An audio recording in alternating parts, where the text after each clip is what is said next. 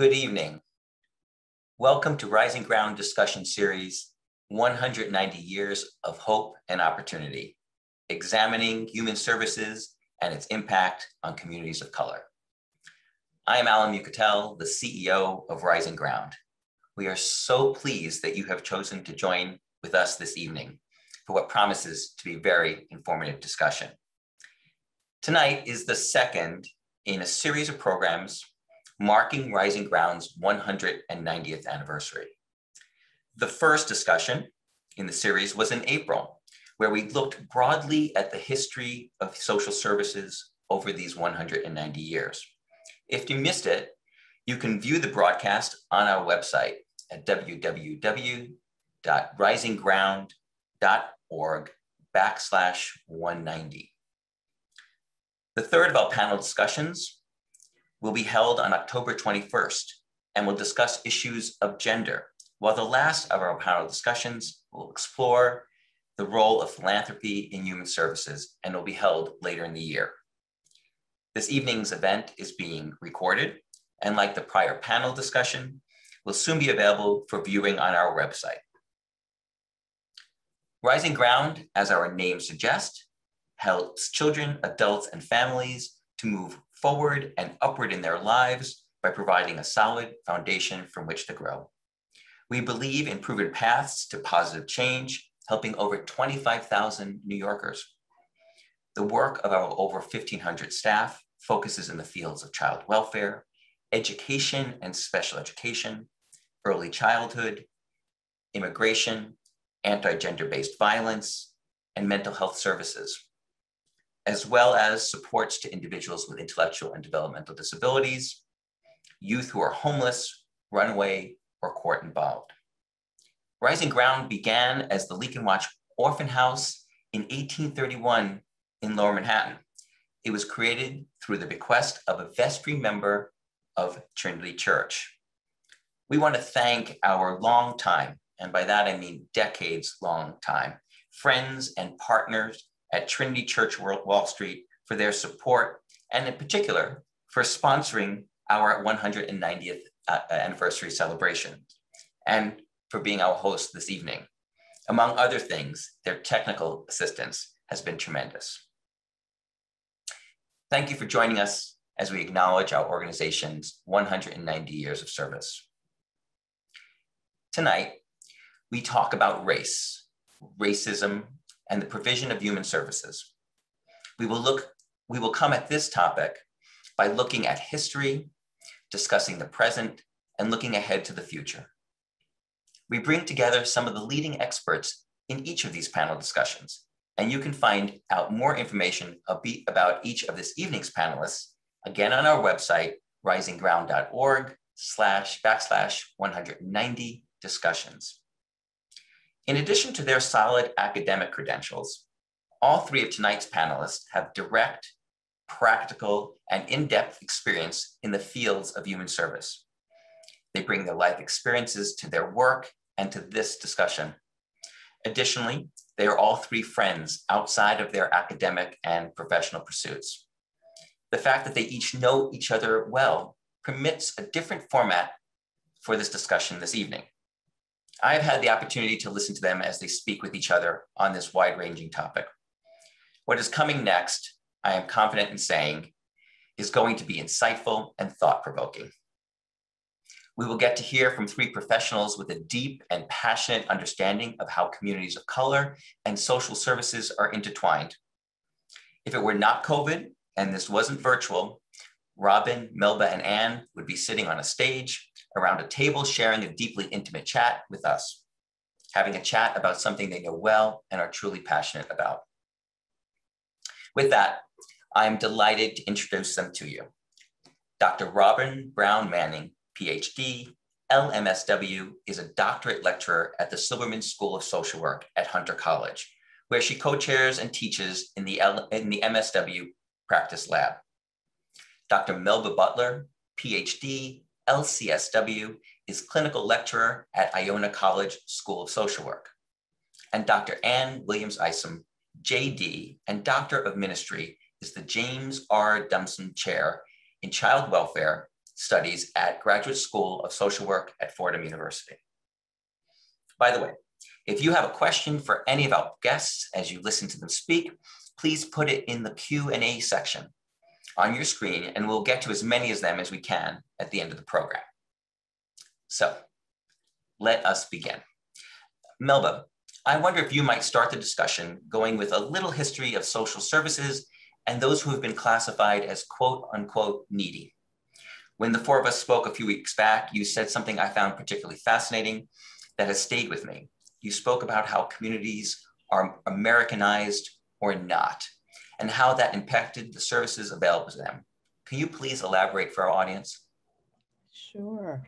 Good evening, and thank you, Alan, and thank you for inviting us to be a part of this 190th anniversary. It's a very important occasion, and I'm glad to share a little insight from my experiences. So this question of neediness, the question of need and deservedness of support is one that underlies our country's response to supporting its vulnerable citizens.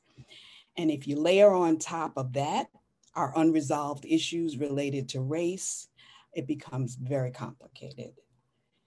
So I'm going to start our conversation today talking a little bit about why we serve children, particularly in child welfare, and who the system serves, and then who it doesn't serve. So this child welfare system that we have all been a part of was designed in response to an influx of European immigrant children and their families, and living largely in poverty in urban areas. And the largely sectarian community, the churches, came out in response to this issue and created institutions, congregate care facilities, to care for these children. What's interesting is, well, there's several things that are interesting, but one certainly is that when we think of orphanages, which was the initial solution and began back in the the early 1800s, forgive me, we think large institutions, but in fact, what we know as group homes really was the predominant size, but there were larger organizations. And most of them were founded by religious orders of one kind or another, and some were founded by private citizens. The Catholic Church soon became the largest provider of care for dependent children in an effort to make sure that these children kept their connection to Catholicism and didn't become fully Americanized into an Anglo-Saxon Protestant religion. But there were others at the table as well, certainly Protestants and benevolent groups also created orphanages in response to these children. The thinking was, if these poor children were removed from their families, and most of them were not indeed orphans, they had a parent somewhere, but if they were placed in orphanages and removed from the streets, they were less likely to engage in deviant behavior, less likely to get involved in thievery or vagrancy or any of those things.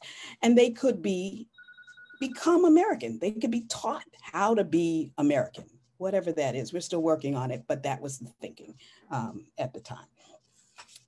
And so that's what we saw in that system.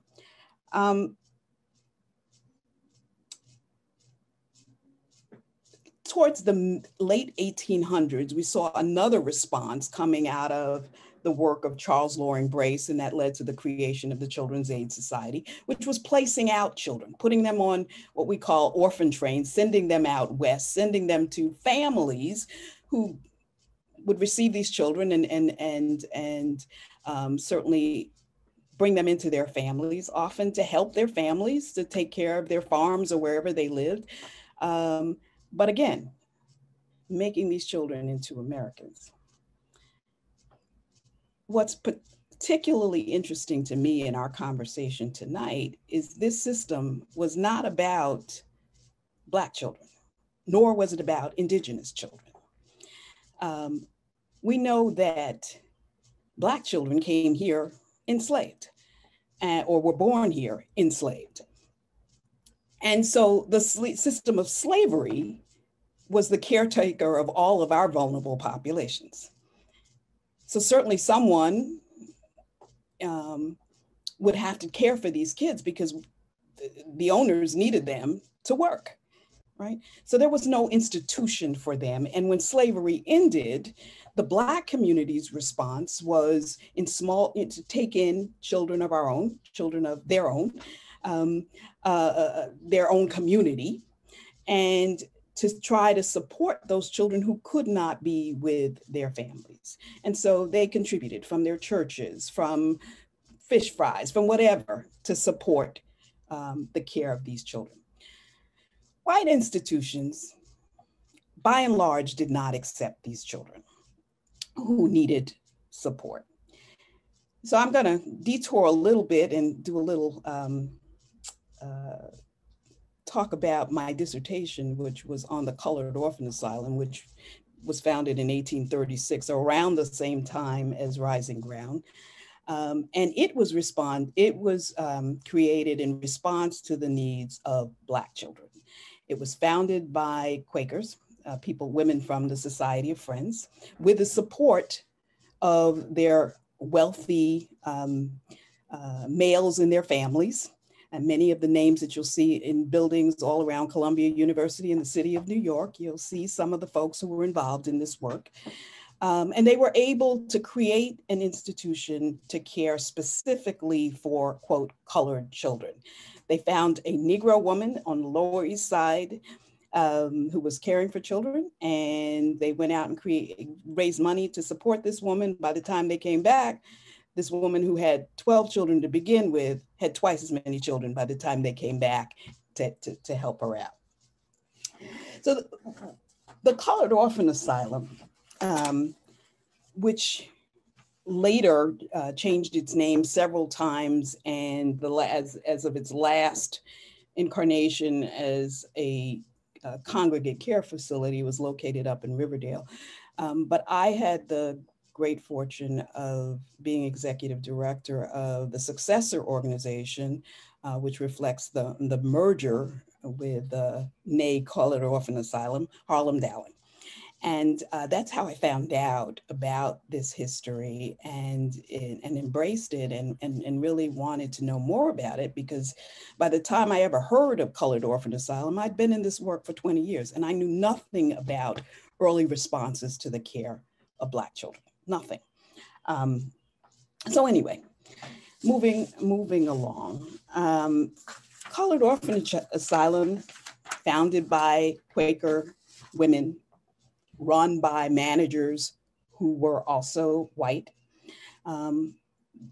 But they were a little interesting compared to other institutions that were not accepting Black children, in that they were always in a push-pull relationship with the Black community. And so throughout their board minutes for 100 odd years, you see that tension, and you see them being responsive to taking in runaway slaves. You see them being responsive to concerns about how Black children's health was viewed, and bringing in an African-American doctor in the 1800s, no less, for 25 years, Dr. James McCune Smith, to treat their children. And what he learned was, if you provided quality health care and you provided good food and a stable place to live, that these children would indeed prosper, and there was nothing inherently wrong with these children. You also see and I'm fast forwarding a little bit, you see in the early 20th century with I'm a little nervous, W.E. Du Bois, you see that there's pressure from the Black community for this institution to include Blacks in its management, to include Blacks in its board of directors. And so in response to that, it was one of the first institutions, white institutions, to diversify its board. So you see that in the 1930s. So I want to make a couple more points, and then I'm going to turn the mic to I want to ask you a question too, though, Melba, because I remember when we were originally staying, one of the things that stuck with me was that you said that for the white kids, it was about helping them to Americanize. For the Black kids, it was about keeping them contained so that they wouldn't be a danger to the other people in the community. Is that later in the 1930s, or when did that occur? So with Black children, and institutions founded for the care of Black children, what's really significant, I think, is there was never this thinking about removing them because they were in a family that was bad, but rather including that family in the thinking and planning and caring for those children. And I think that's what's different. It wasn't about making them different or making them someone else. Right. And I saw that as being a sharp departure from the thinking about European children. Right, got it. So, a few points I wanted to make, and some interesting policy that was passed in the early 20th century that we still haven't worked through. So in 1909, there was a White House Conference on Children, the very first one. And at that conference, they said that home life is the highest and finest product of civilization. Children should not be denied it, except for urgent and compelling reasons.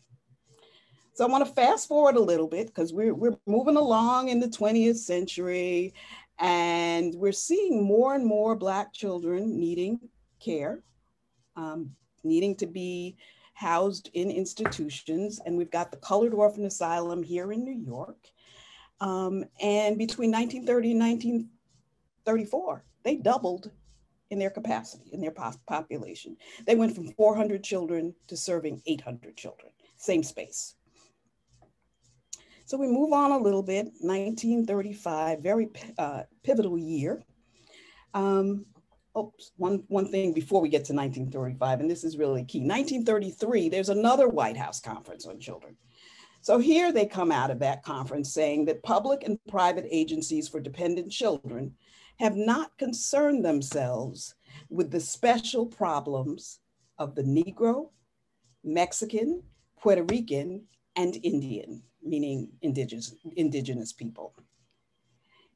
That the system hasn't looked at the differences in culture, tradition, language, and other factors of race and nationality, and that calls for a special body of knowledge and specialized methods of meeting those needs that are common to all. And failure to understand this has resulted in the neglect of certain groups and the lack of specialized care. So they figured this out back in 1933, right? It's on records, it's documented. 1935, Social Security Act gets passed. Major deal, transformed human services in our country. Within that was the creation of aid to families with dependent children, which was supposed to provide temporary or residual relief to single mothers and their children. Help them out so that they can be functional as families. Problem with it is there was a whole morality piece to it.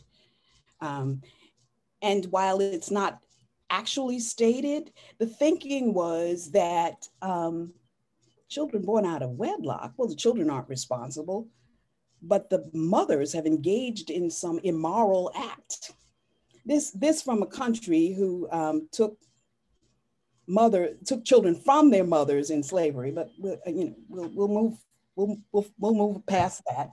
Okay, so now they're saying that if mama gave birth out of wedlock, then you're not desirable, you're not worthy mom is not worthy of this support. And as a result of that, 1,400 children were dropped from the welfare rolls in Florida in 1950. And this was cumulative over time, but 23,000 children by 1960 had been removed from the welfare rolls in Louisiana, just based on presumed immorality. Right, the deserving and the undeserving. Deserving and the undeserving. And so where does that leave these children but vulnerable? In fact, there was a rule passed in 1961, an administrative rule called the Fleming Rule, whereby a welfare worker could go into the home, and if they thought that the home was unsuitable, that was grounds for removing a child and making a decision not to award aid, and therefore removing a child and placing them in out of home care.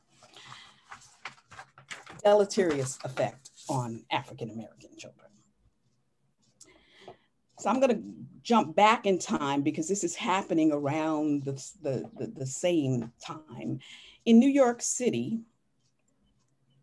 in 1942, they passed what they call the Race Discrimination Ordinance, which forbid any agency, any child welfare provider who was receiving public funds, and by now they're getting some public funds in addition to philanthropic dollars to support the work, but it forbade them from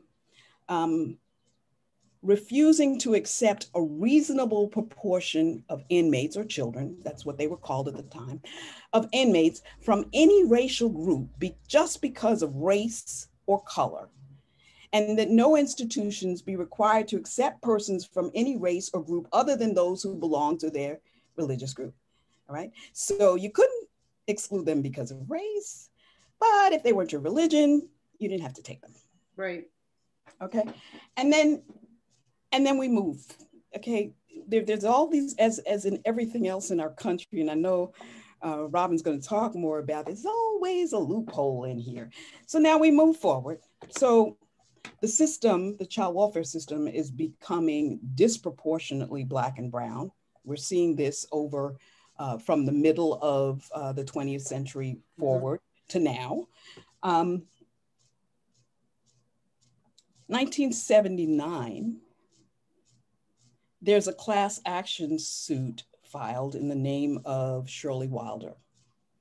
Major turning point in our history in child welfare in New York City.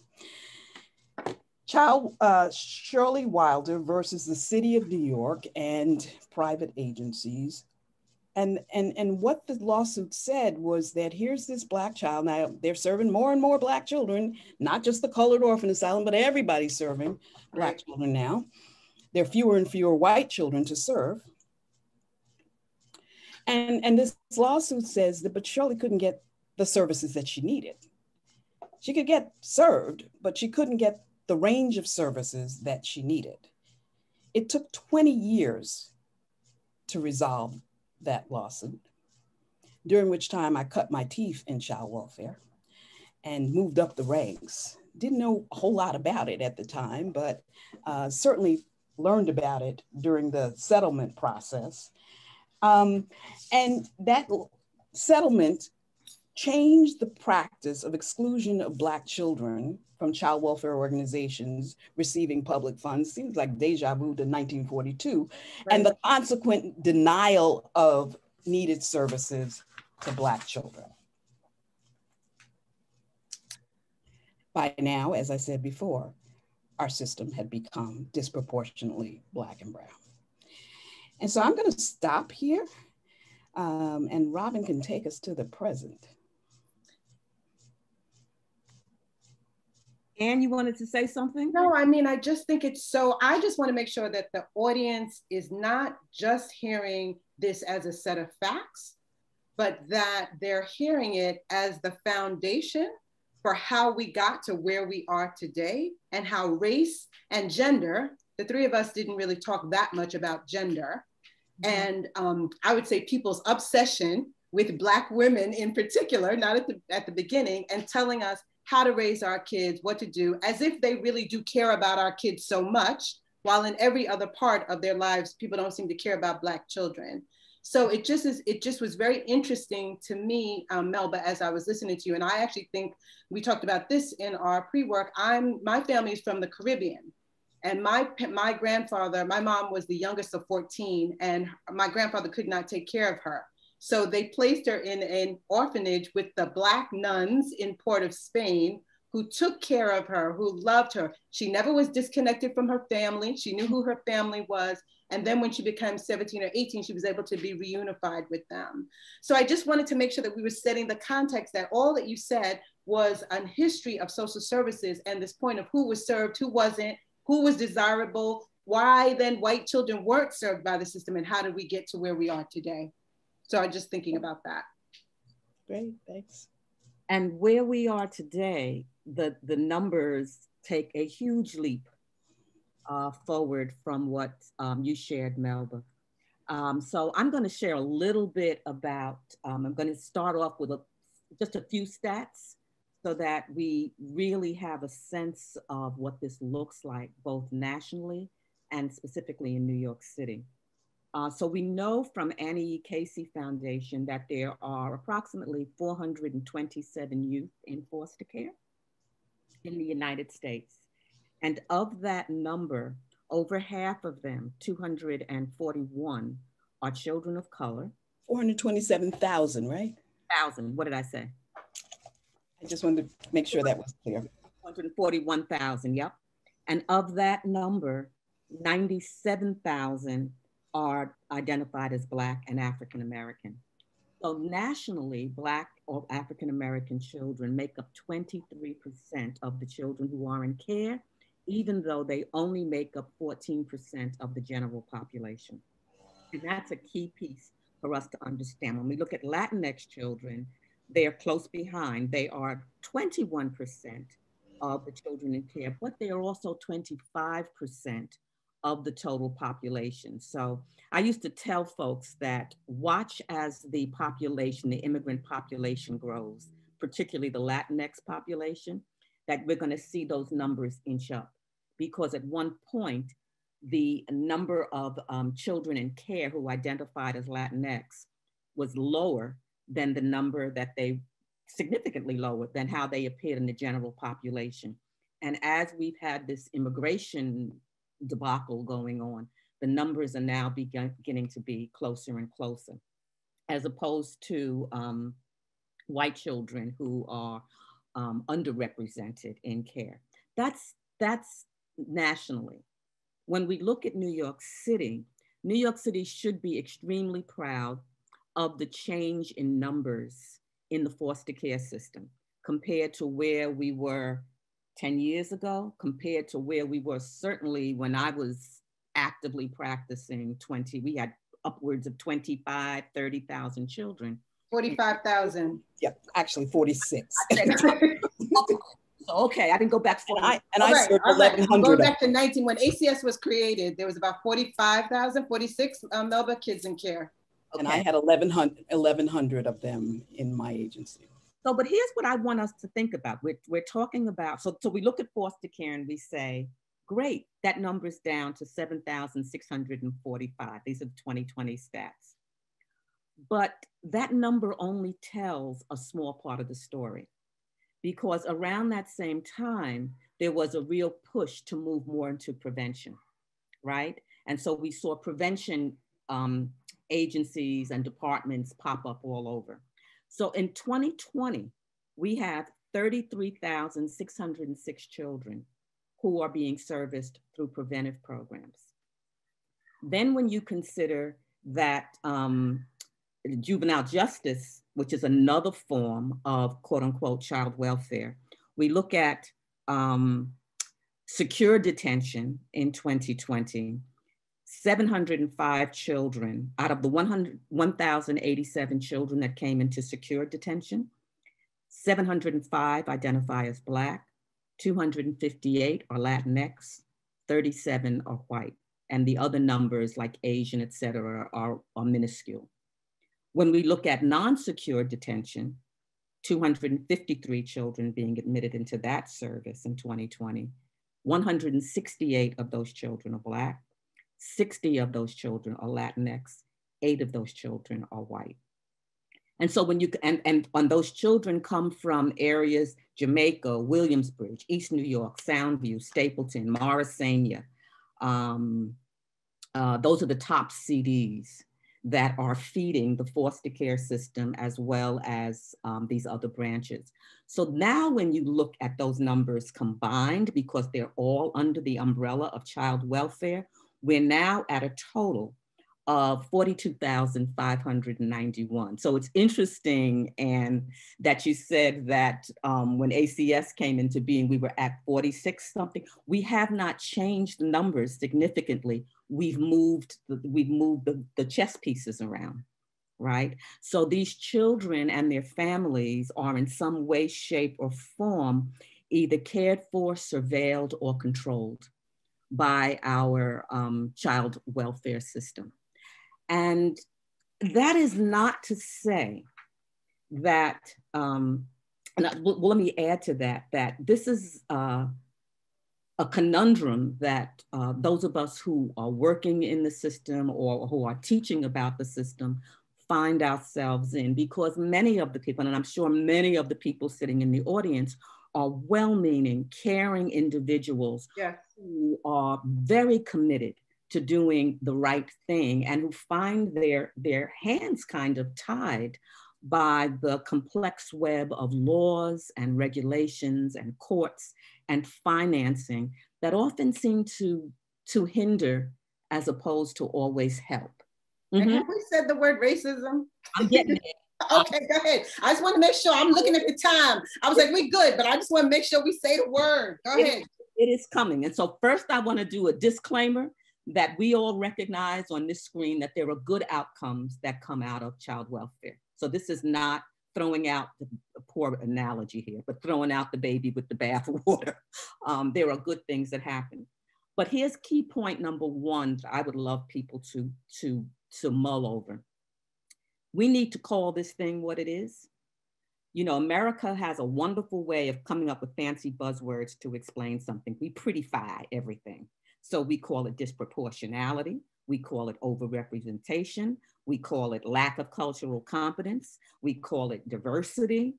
But Black and brown children and Indigenous children and their families are in care in the numbers that they are in care due to institutional and structural racism. Plain and simple. And until we are able to name it and call it what it is, and not apologize for it, but face it head on, there is nothing that we're able to do to address it. We've been talking disproportionality now for how many years? And we still have numbers that add up to 42,000, right?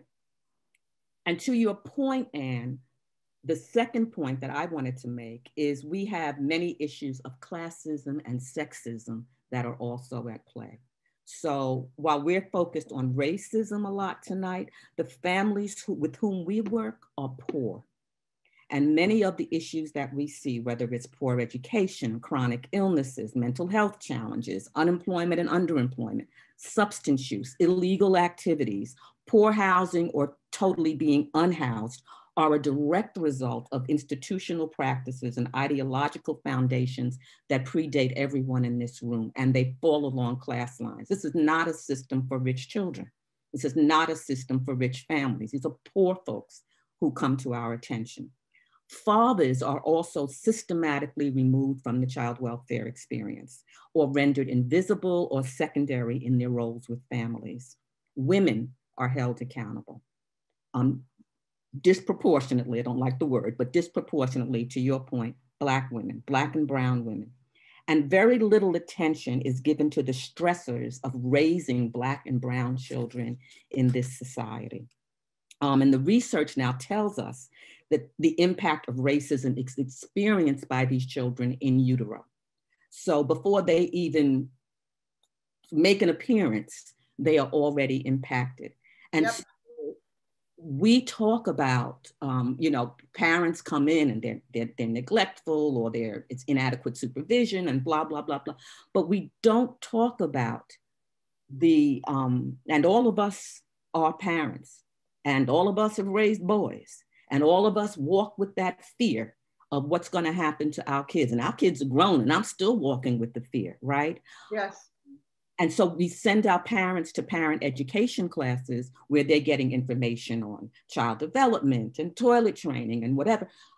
But we don't talk about the stress. We don't talk about the experience of raising a Black, brown, red child in a society that basically does not want them to exist and who has all the systems in place to make sure that they don't exist, right?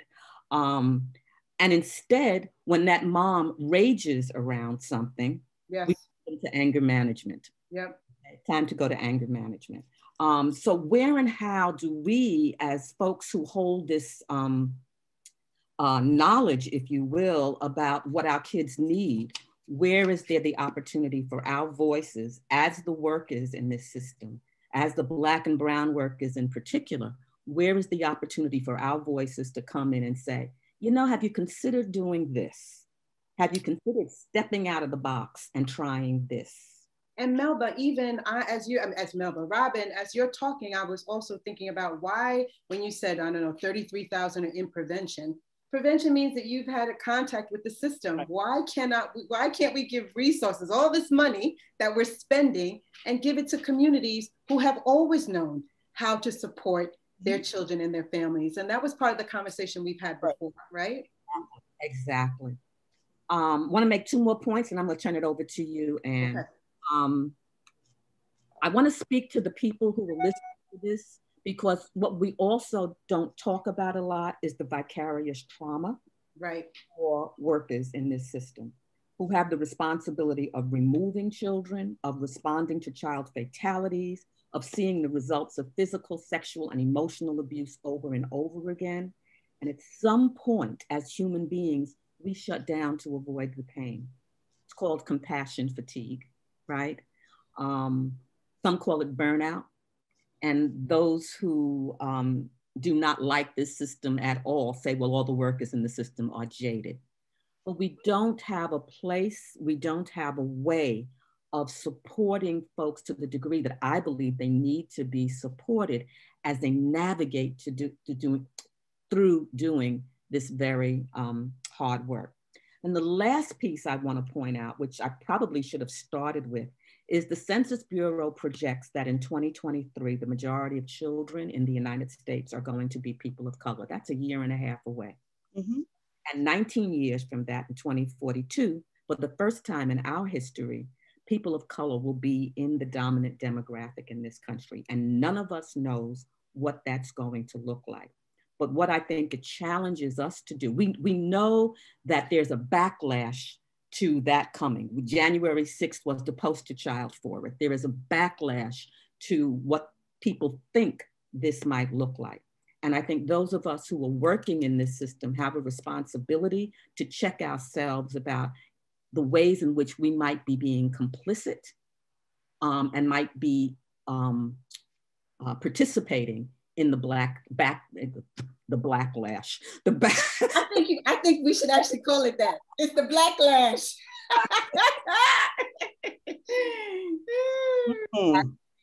As we continue this process of separating families and children, or surveilling them if they are in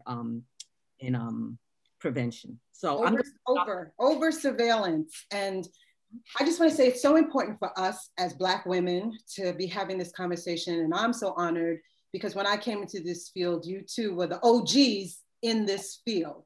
We're doing the work that, what you looking at me, I'm sorry, that you've been doing it, and you are the ones have been talking about this and using the words racism and trying to show that communities have always had solutions.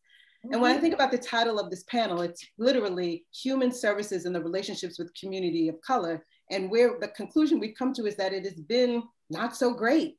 And that when we talk about shared power, and when we talk about what do we really want when we talk about equity and getting to a different place, when I got to the Harlem Children's Zone, 20% of the middle school students and high school students had a family member that was murdered. When we did our ACE scores for our young people in our health clinic, we found out that something like 28% of them had an ACE score of 4 and above. Mm-hmm. We knew that there was collective trauma that was going on because of all of the things that you said, Robyn, and we knew that people were hurting. And it wasn't just the kids, it was the staff, it was the leaders, it was all of us.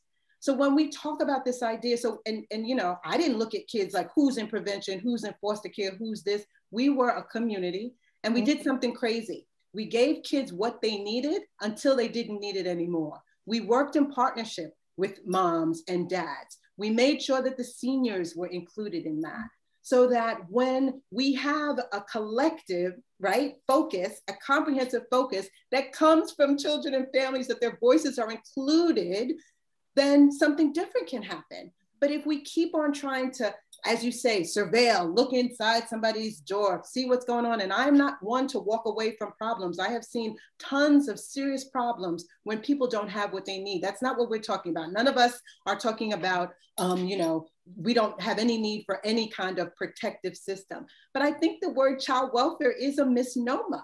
I'm not so sure that I think it's a child protective system. And we really have to start to think about what would primary prevention look like? And I got to tell you, I don't think ACS should be doing primary prevention. Who's going to go to ACS for that? So the importance of working with community-based organizations who are in contact with families, who can work with the schools to make sure that the schools don't feel like the first thing that they have to do is pick up the phone because they don't have anything else to do, right? During COVID, we saw that the number of reports went down. We saw that there was something different that was happening. What has COVID taught us in terms of what needs to happen for families and what families really need to do? So as we come to this moment, I just feel like there are solutions and always have been solutions in communities. I'm very big on stories. And so I'm just gonna end with this story. When I was little, I grew up I told you my mom was from Trinidad and Tobago. And when she came to this country, she was a victim of domestic violence. So here she was a nurse. We had our own house, but she was really in dire straits, didn't know what was gonna happen. And what would have happened if ACS would have come into that house and said, we want to separate you, Miss Williams, because you're not protecting your children. What happened was our neighbors came and made sure that they got, my father out of the house. The school wrapped their arms around us. The local church wrapped their arms around us so that he could nicely exit the household. We had a relationship with him and that we could get what we needed. It wasn't about taking us out and separating us from our mom, that would have been more trauma. Mm-hmm. So this idea of a healing-centered approach, I think is not something, ladies, that we just now have to be like, oh, we want to have some time for workers to, go to therapy or do support groups. I think it has to be included in the work, all of the work that we do so that we can heal ourselves and make sure that parents and children get what they want. So that's what I really wanted to say this evening, is that I actually think that there's hope. And I, like you, Robyn, think that 7,000 is still too much. I think we know a lot more now about what child protection and child welfare does. I think we can do much better. And I think that we have to do it together in order to really get to where we need to, if we want to bring about equity and really address the racism that is so prevalent in this system and in our relationship with human services organizations. Absolutely, absolutely. Yeah, yeah. I think we also have to, this system has to recognize the inherent strengths in our community. Yes. In our earlier conversation, I think I shared about, I have a son who was my quote foster son, and I never adopted him, but he came into my life when he was 13 years old, and he will be 40 this year, and I am still his mom, and I am grandma to his kids. And his siblings didn't live with me, but they're extended family. And we're about extended family. And supporting that and nurturing that provides a safe place for those who are going through a rough time. That's how we do. And yet the system gets in the way of us doing the way that we are comfortable with doing, that we have historically done, certainly since enslavement. I'm not sure what happened across the waters, but certainly through enslavement in this country, we've been about community and supporting ourselves. And you know, Melba, I want to add to that, because I think that folks might look at us and say, well, you know, it's easy for them to say, you know, they're sitting there with these doctors in front of their names, and you know, they're from a different class. The assumption might be that we're from a different class, and so yeah, they can take in folks and they can blah blah blah blah. But what I think we miss is right now in these housing projects, there are extended families. There are neighbors working with each other, supporting each other in the same way that they certainly supported me when I was growing up, when the housing project was different, but I grew up in them and I remember what that sense of family felt like. And I think that's a piece that is so very much a part of our communities that gets minimized and overlooked way too often. And they need resources, right? When we, from us, we were working in the St. Nicholas Housing Project, where a family of four makes $17,000 a year, where 50% of the adults were not working because many of them were senior citizens on SSI, where 80% of the 18 to 25-year-olds were disconnected in the way that we describe them. And yet, were a community where they had strengths and families and wanted the best for their children and wanted their children in baby college and were online to make sure that they could get a lottery spot in a good school for their child, wanted to make sure that they had doctors that could be responsive to them and parks that could be clean. They want the same things that we want and don't have the resources. And somehow we would rather take children or do other things with children, and then instead of giving the resources to families so that they can have it to support their children. Exactly. Yeah. So it makes me think back to, I'm sorry, Anne. It makes me think back to my family on my mother's side anyway is from the South. And as kids, we were sent south for the summer, and the northern family, who presumably was doing a little better, sent money, sent resources to help support the family. If the family can't do it, then I think it is incumbent upon the system to provide that support so they can fulfill their natural roles of being there for their neighbors and family members, and children don't have to come to the attention of. With strings attached though, Melba, do we trust the system to give money to families without strings attached? Oh, you got to be deserving. With that, I'm gonna drop back in. I just want to acknowledge that when we had all gotten together, we discussed that I would have the unenviable role of popping in at some point to invite questions from our audience. I want to say first, this was a wonderful discussion, so rich as we went from Melba on the historical perspective, and Robyn to the present, and Anne with your insights in this broad perspective. I heard words that I think will frame some of the conversation as we go forward. I heard words like hope and history and equity, community, and strengths. I heard those, and I thought, with that, I think maybe the first question is about where we are right now. We are in the midst of there's an election going on here in the city of New York. It's the primary, which leads to the election. Very important moment. And I wondered if the three of you could give some thought to, right now, government, unlike I think, Melba, when you spoke about the early history where it wasn't government that was stepping in to assist families and children in need, but government now is the entity that does that work. What is, as we look to a new New York City government, what is the role of government, whether it's here in the city, in the state, or in federal government?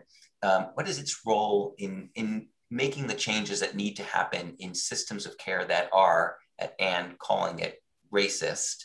What is government able to do as we try to move forward to a different sort of place? I'd love to hear your thoughts.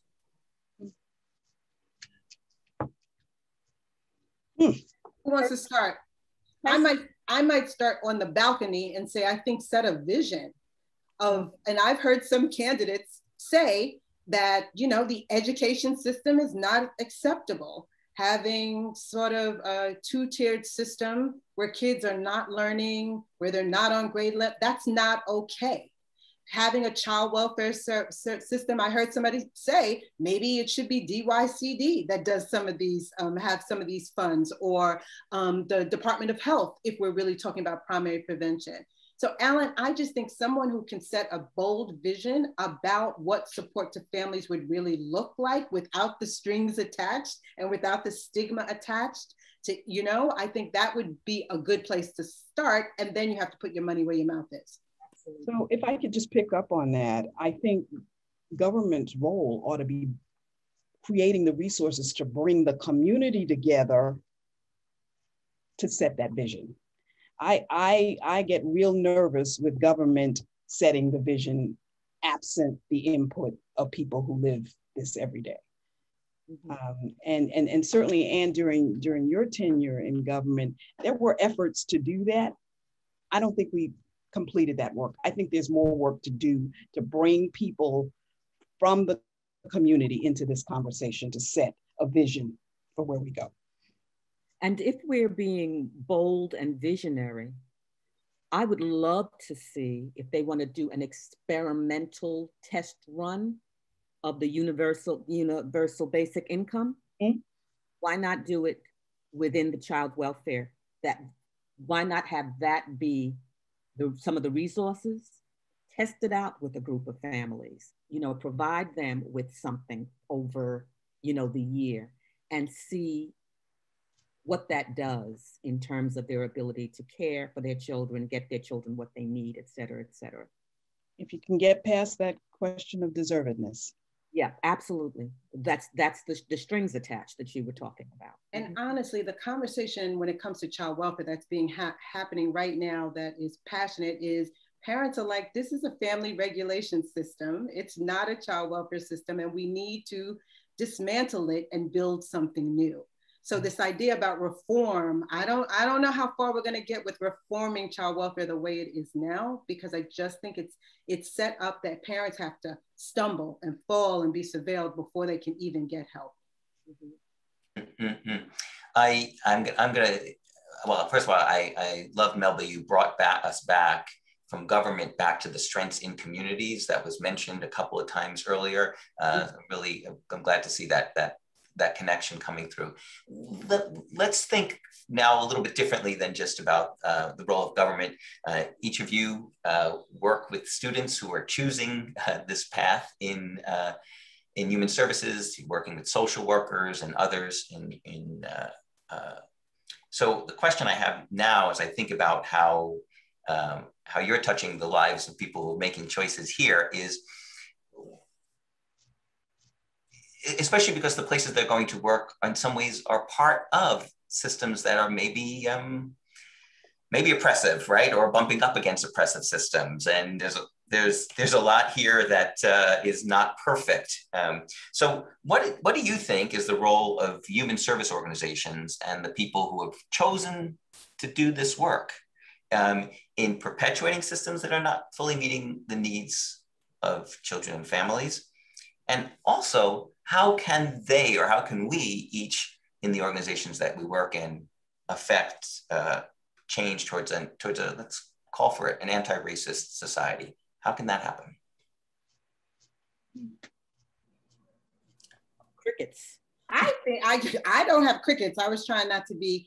I think that this has got to be liberation work, Alan. And I think in partnership with the people that we serve. And I didn't use the expression servant leader, but I think that that's what we need to be doing here, that we are not coming in with the expertise to help people, that we are side by side with them for our own liberation and for their liberation. And I think that's, you know, social work has always been about social justice. We've kind of gotten away from that, but I think getting back to their social justice roots and working side by side with family and communities will help their soul also and help them in their own healing process, from my perspective.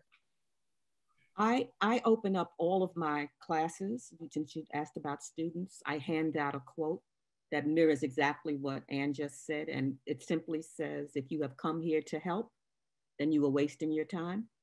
But if you have come because your liberation is tied up with my liberation, then let's get to work. Yeah. And we use that as our guide throughout the academic year. I think and one of the tensions, I think, for schools of social work, at least, you know, I'm at Silberman, so I can speak most knowledgeably about that, is what we are offering in the classroom is not necessarily being reinforced in the agencies. So we're offering this whole notion of settler colonialism and dismantling ideologies of dominance and things like that. And so the students are revved up. We're offering them a framework for social justice practice within these systems. But then they go into the agencies and they're getting what we've been getting as social workers for years. It is so entrenched in the system. So I think that agencies have a responsibility to constantly be re-educating themselves, to be reading the latest material because the material is out there, to be talking with schools more directly about what they need them to be doing in the agencies with students and with workers. And I think workers need to be, you know, once you're out there working, you sort of get away from what the latest data is, other than what you're being trained, you know, what the latest flavor of the month is. I think that workers need to have access to new information and be exposed to that beyond just the typical professional development things. Melba, any thoughts on this that you want to offer? Yeah, so in my classrooms, I'm always pushing for students to have exposure to writings and thinking from various cultures. And I try to create a space where that can happen. And because I've got a policy community organizing kind of bent, I'm always pushing that as well. And I think that agencies have to be open to workers who challenge the regular way of thinking and doing things, and see it not as a threat to them as an organization, but an opportunity to reflect and grow. And that's hard. I mean, I've been an executive director. I know that's hard. But some of the best ideas came from those who were closest to the ground. And we've got to be open to that. Listen, I don't know whoever else is listening to this, but as a CEO of an organization, those three answers all resonate with me and speak to me, and I'm grateful to each of you for providing them to us. I really am. Let's end. We have one more question, and perfect for our timing, which is really about a very forward look with very forward thought here. And although we've talked closely about child welfare here, human services obviously is a much broader topic than just that. It's everything from workforce development to substance abuse to services to seniors. We've got a lot of all things in there. And this past year, there has been so much, year and a half, there has been particular energy and focus around racial reckoning. Most of it, a lot of it focused around the role of police. We've seen the disproportionate impact of COVID and sort of unmasked for many people the realities that are faced by communities of color in other ways across, unrelated to the disease itself. We saw AAPI hate rear its head in a new form, and we've seen political discourse that is very troubling, to say the least. So I want to ask you, back to that word that I heard earlier about hope. And so I'm hoping you're going to give us a hopeful space, but if not, then not. But what is coming out of this time right now as we look to move human services and society itself to a better place as it relates to race and racism? I want to know from you what's coming out of this time, and where do you think the world of human services plays a role in where our society is headed? So I'll try to start. I think the conversations that are happening are very healthy conversations, difficult conversations, And I have to say that when they first started, in the wake of George Floyd's death and all of the ones around that time, I was like, I don't want another conversation. I've done cultural, as Robyn, I think it was Robyn talked about, I've done cultural diversity, I've done institutional racism, I've done DEI, I'm done. I didn't want to have these conversations because I thought it's just, you know, a repeat of the same. But what I've experienced is people talking who never talked, and people being attuned to the intersection between all of those systems that you talked about and their impact on African-American communities and other communities of color. And so I'm hopeful that from those conversations comes some real action. I don't know what that looks like yet, but at least people are talking. And so that makes me feel like there are possibilities. Robyn, you want me to go or you want to go? I'll go. For me, one of the things that I am seeing is a very brilliant demographic of young people who are entering the profession. I think that this particular cohort, across racial lines, across gender identities, are some of the smartest people I have ever met in my life. And it's very threatening sometimes to be in the classroom with them. I'm like, they're about to expose me for the fraud that I am. But what that says to me is maybe folks like myself need to step out of the way a little bit. I can be the elder mother. I can hold the space. I can comfort in those moments when compassion fatigue gets to be crazy. But they have a boldness and intelligence and analysis and a fearlessness that I didn't have in my growing up experience, neither in my early profession. I would create more space for them to be at the table. I think that there are many gifts that they can bring to this process. And I think going along with that, I love the way love and rage exist right side by side. And I think that people of color and Black women in particular do that quite well. And so there's work to be done. There's a fight to have. So I call myself a joyful warrior because I'm gonna fight and I'm gonna love hard, but we're gonna be in here. And I think, Robyn, you talked about resistance. Instead of talking about resilience all the time, talking about resistance.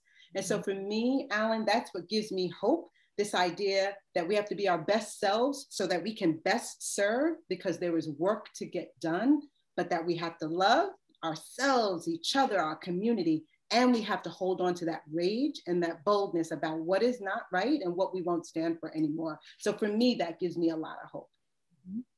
Beautiful. That's all beautiful. Well, we've come to that moment. We've come to the end of our time together. I want to say thank you to the three of you. You are smart and wise. Thank you, Dr. Robyn Brown-Manning, Dr. Ann Williams-Isom, Dr. Melba Butler. And thank you, Trinity Wall Street, again, for making this evening possible.